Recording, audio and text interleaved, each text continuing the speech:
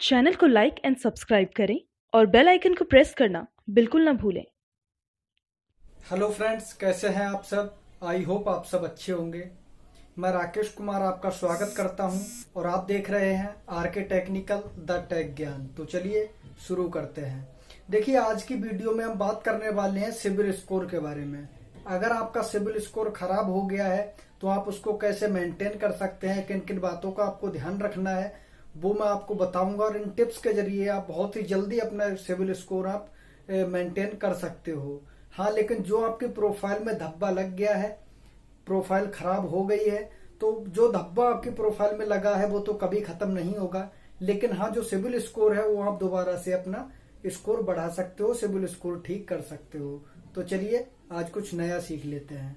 देखिए, अब तक आपके जो भी लोन अमाउंट आपका बाउंस हुआ है या जो भी ईएमआई बाउंस हुई है, जो हुआ सो हुआ। अब आगे से आपको क्या करना है, आपकी जो भी ईएमआई है, जो भी आपका बिल है, वो आप टाइम से पहले पे कर दीजिए। अगर आप मैनुअल पे करते हैं तो, क्योंकि अगर मान लीजिए आपने पे किया, पे करने के बाद हो सकता है आगे हॉलीडे हो या फिर सर्वर काम ना करे या फिर रिफ्लेक्ट ना हो, तो बहुत सारी प्रॉब्लम हो सकती हैं। तो उससे होगा क्या कि आपका सिबिल स्कोर दोबारा से खराब होने के चांसेस रहेंगे। एग्जाम्पल के लिए मान लीजिए आज आपने अपना बिल पे किया और कल संडे या सैटरडे पड़ रहा है, मतलब छुट्टी पड़ रही है, तो वो बिल आपका कल रिफ्लेक्ट नहीं होगा। वो रिफ्लेक्ट होगा 24 से 48 घंटे में, और तब तक तीसरा दिन लग सकता है। क्योंकि अगला तीसरा दिन जब तक आएगा, मंडे जब तक आएगा, तब तक के लिए आपका एक दिन ड्यू हो चुका होगा। तो आपको क्या करना है, अगर आप मैनुअल पे करते हैं तो आपको ड्यू डेट से 4-6 दिन पहले पे करना है, ताकि आपके सामने कोई प्रॉब्लम ना हो।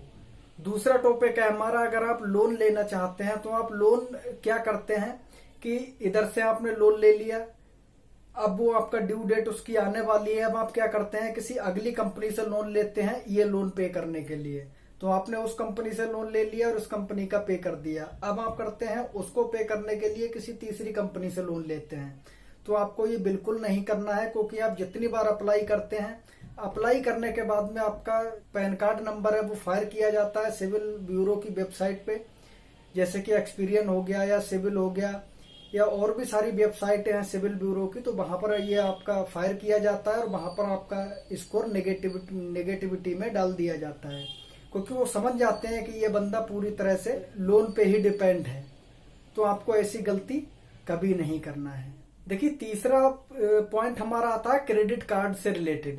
क्रेडिट कार्ड अगर आपके पास है और आपका उसका बिल ड्यू है, तो आजकल क्या करते हैं, वेबसाइट से जाके कोई भी उसको पे नहीं करता है। कैशबैक के चक्कर में कोई तो अमेजोन से पे कर रहा है, कोई फोन पे से पे कर रहा है, कोई पेटीएम से पे कर रहा है। तो इस कंडीशन में होता क्या है, अगर मान लीजिए कल को आपकी ड्यू डेट है और आप आज पे कर रहे हैं, तो ये क्या करते हैं, ये थर्ड पार्टी होती है। थर्ड पार्टी के प्रोसेस ये होता है, आपने आज अगर पे किया तो कल तक, यानी कल शाम तक, मतलब 24 घंटे में उनके सर्वर पे वो रिफ्लेक्ट होगा। फिर वो आपके बैंक को ट्रांसफर करेंगे। तो ये प्रोसेस पूरा होने में लगभग 2 से 3 दिन लग जाते हैं। तो अगर आप किसी थर्ड पार्टी ऐप से अगर आप बिल पे कर रहे हैं तो आप 2-4 दिन पहले पे कीजिए। ये मत सोचिए कि कल ड्यू डेट है तो मैं आज पे करूं या ड्यू डेट वाले दिन ही पे करूं।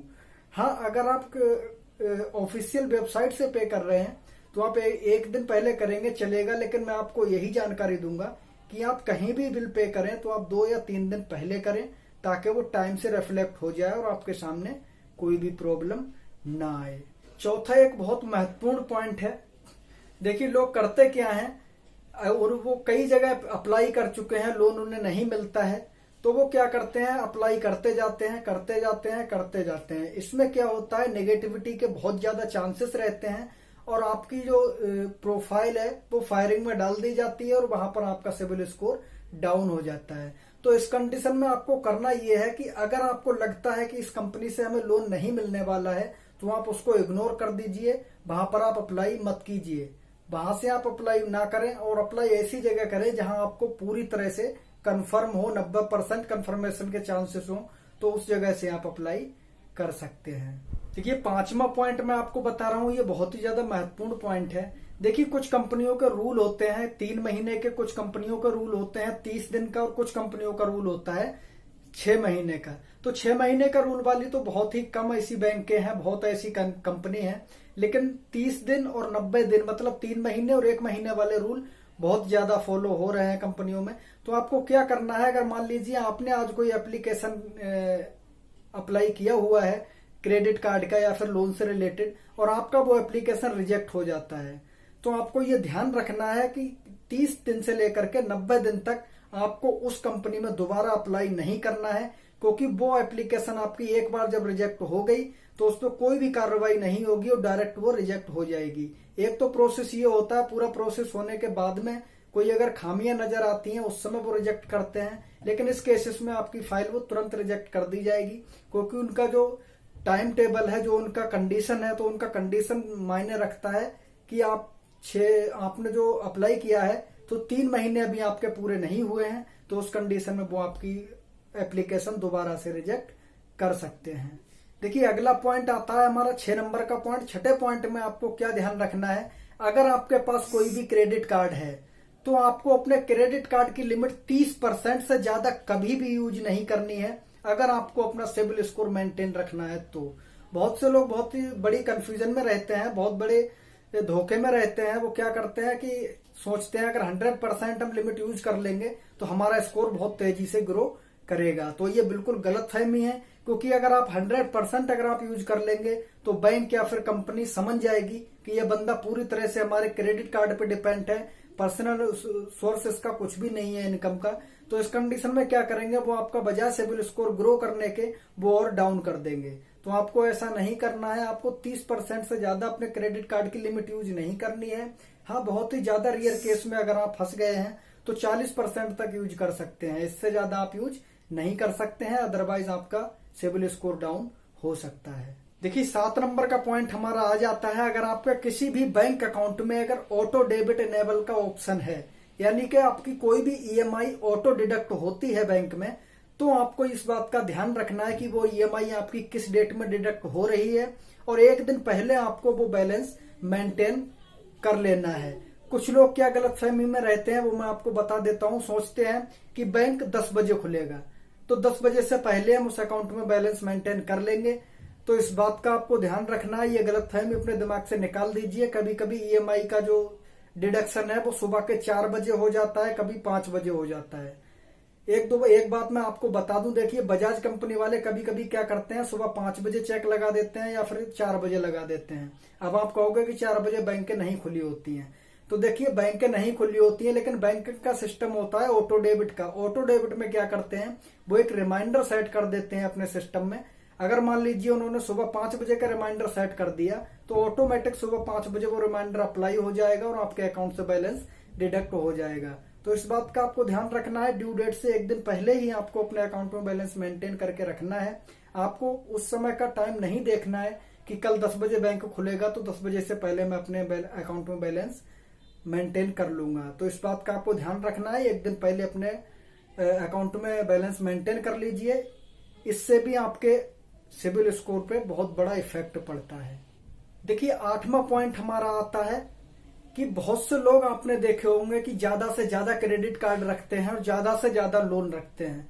तो देखिए आपको क्रेडिट कार्ड और लोन एक ही बात है, बट यह है लोन आपको अकाउंट के थ्रू आता है और क्रेडिट कार्ड एक कार्ड के बेसिस पे आपको मिलता है। लेकिन आपको इस बात का बिल्कुल ध्यान रखना है, दोनों ही एक प्रकार के लोन ही है।